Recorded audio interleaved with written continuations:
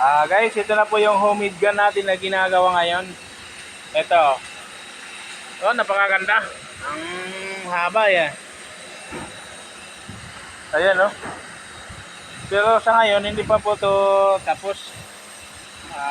Matagal gawin eh. Ang hirap pa. Ayun, meron pong ano dito, oh.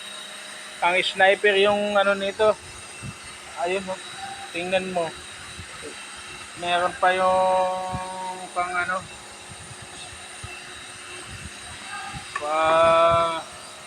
Yun, ang haba-haba eh. So, ginagawa pa lang natin to guys, mga kabaranghoy ha. O, hindi pa to tapos. Baka next. Oh, ang ganda-ganda oh.